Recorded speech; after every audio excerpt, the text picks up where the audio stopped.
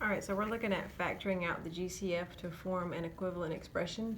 A lot of these problems can be tricky sometimes because some of the answers they give might actually equal what you start off with up here, but they're wanting you to factor out that GCF.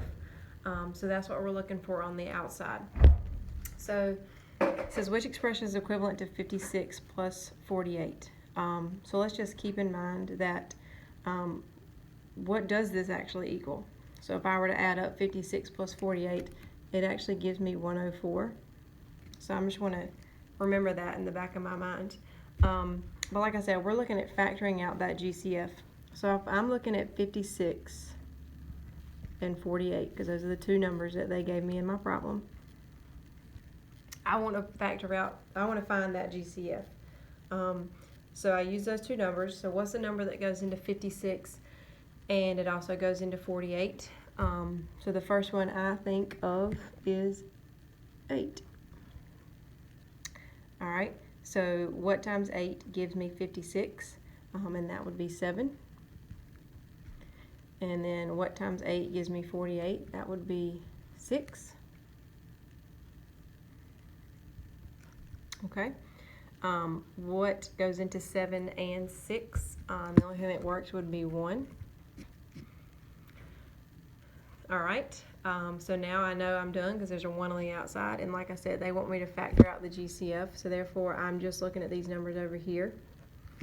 And remember, you don't add them, you're multiplying them, so 8 times 1 gives me 8. So that tells me that my GCF is 8, which also tells me that that's the number that I want on the outside of my parentheses. Now this one's nice because there's only one that actually has that. They could trick you and have it on another one, but let's just make sure that what they gave me actually does give me 104. Okay, so I'm looking at this one because this is the only one that actually has an 8 on the outside, and that's what I need for it to do.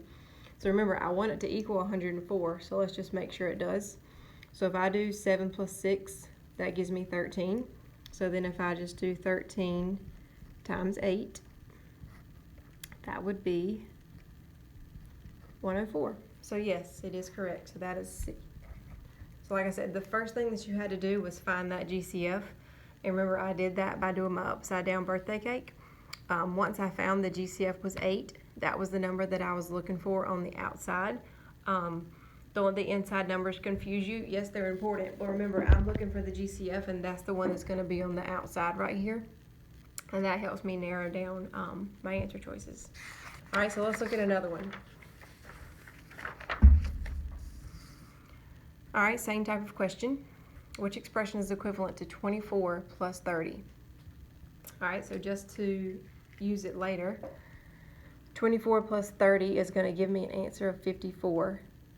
So that's what I need later on. But remember, I want to pull out the GCF. So I've got my two numbers.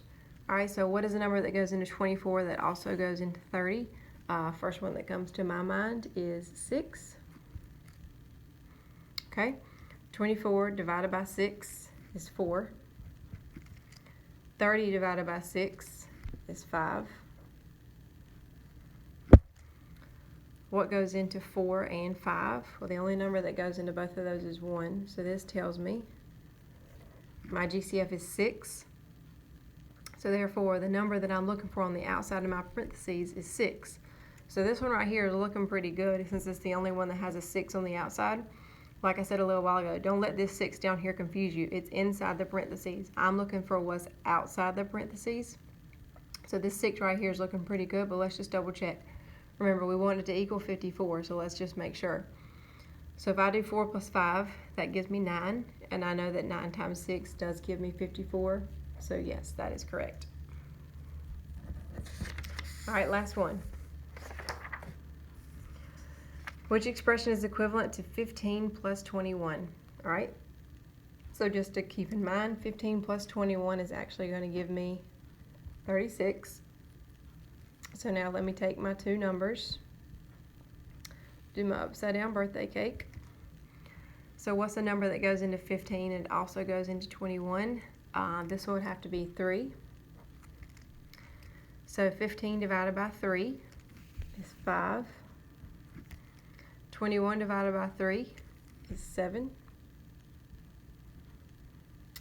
Only thing that goes into 5 and 7 is 1, so I'm going to put that 1 on the outside. Okay, so now I know that my number on the outside of my parentheses has to be 3, because 3 times 1 is 3. Remember, you don't add them, you're multiplying them. So this one right here is looking good because it's got 3 on the outside, but let's just make sure it actually does equal up to 36. 5 plus 7 is 12. 12 times 3 does give me that 36. So C is the correct answer. Now I want to point out one more thing to you, that the upside down birthday cake makes life easier.